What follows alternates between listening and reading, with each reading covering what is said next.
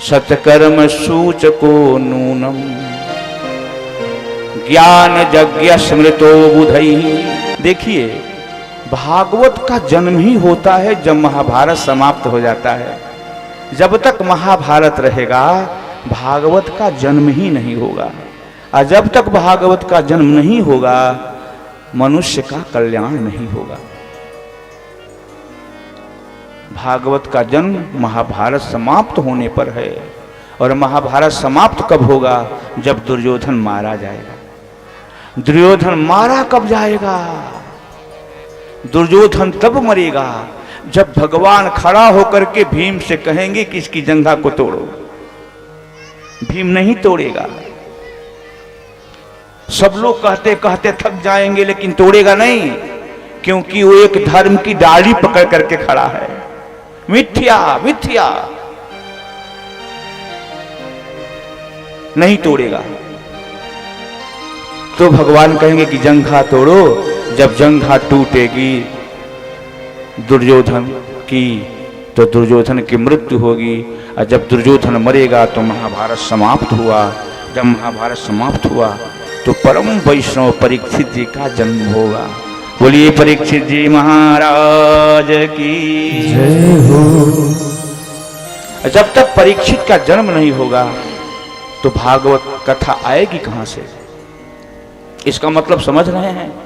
दुर्योधन, दुर्योधन कहते हैं जो दूसरे का धन, दूसरे की संपत्ति, दूसरे की प्रतिष्ठा, दूसरे का यश, दूसरे की कीर्ति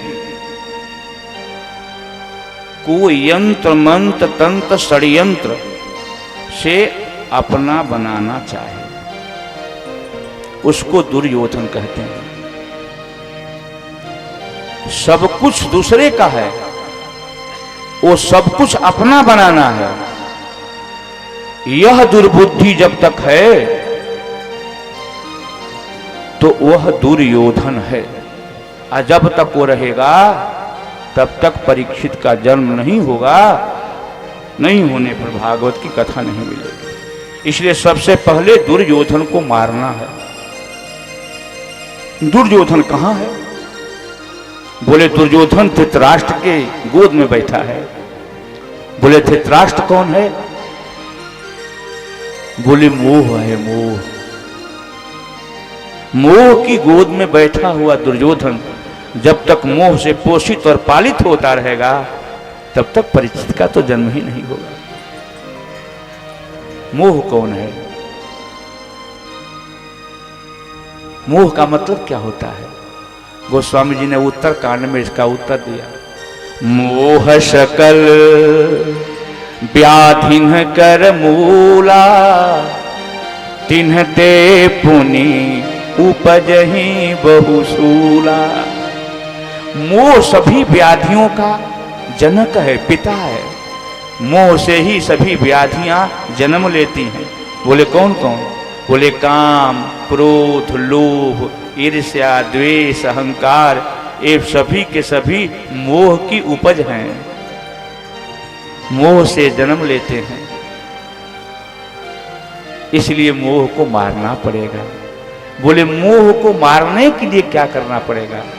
बोले मोह को मारने के लिए मोहन के पास जाना पड़ेगा।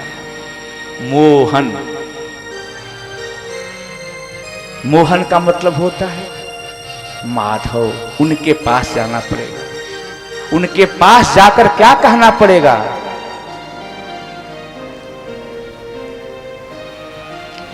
कहना पड़ेगा कि आपने प्रतिज्ञा की है, याद दिलाना पड़ेगा।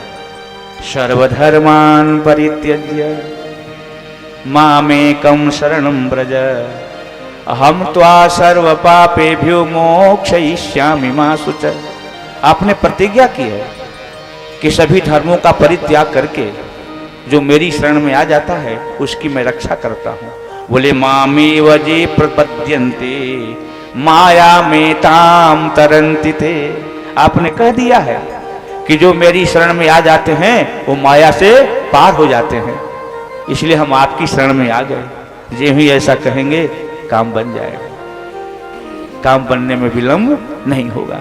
हमें उनके पास जाना होगा दुर्योधन को मारने के लिए। दुर्योधन मर गया, परीक्षित जी का जन्म हुआ।